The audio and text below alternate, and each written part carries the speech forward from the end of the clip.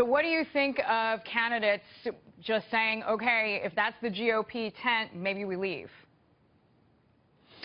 I think it's problematic, and it's symptomatic of some of the destructive things that have occurred in the Republican Party, you know, over the last few cycles. They always seem to find a way to snatch defeat from the jaws of victory, no matter how good their situation is. This is another example of the self-destructive behavior that has so frequently characterized the party. And I am concerned about the so-called political establishment. They say they don't exist, but believe me, they do.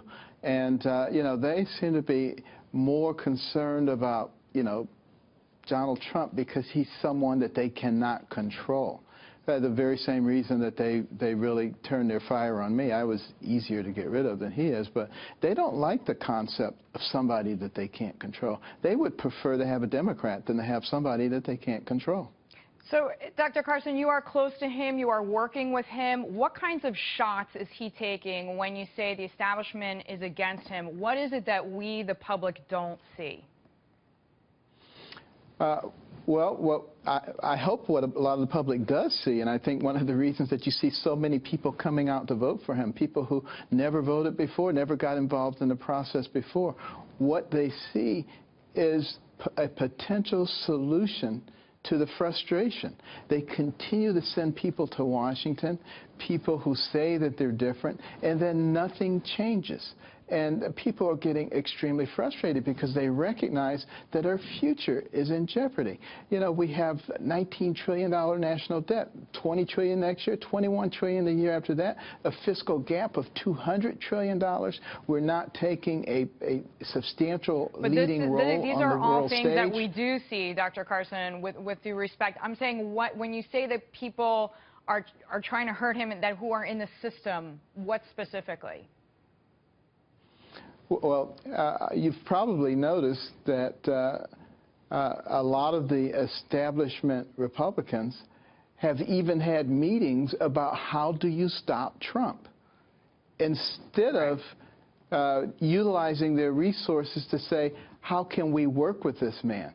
And let's make sure we understand him and what his points are. And let's talk to him. And let's combine our resources and our intellect to come up with ways that we can work with people rather than how do we stop them? How do we stump them into the ground? All that's going to do is alienate your support, and that's going to guarantee a win for the opposite side. I don't see why they can't understand that.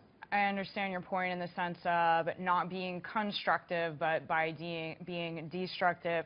Dr. Carson, before we let you go, I just want to ask you, there has been a lot of reaction, counter-reaction about the campaign manager for Donald Trump's campaign, Corey Lewandowski. What is your stance, again, as somebody who is working on the campaign, about that issue? Well, my stance is that no man, you know, should ever touch a woman uninvited. No human being should touch another human being uninvited. There's no question about that. But I've also been in that situation where, you know, there's a big throng of people, there's media all around, everybody's trying to get to the candidate, you know, Secret Service and security are trying to push people off.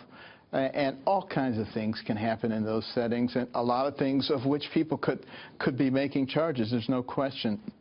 I'm not sure, given the fact that we had the attack in Brussels last week and some of these other things that are going on, that this really should take center stage. Well said. Thank you. Dr. Carson, glad you're here. Former Republican presidential candidate who is now working with Donald Trump.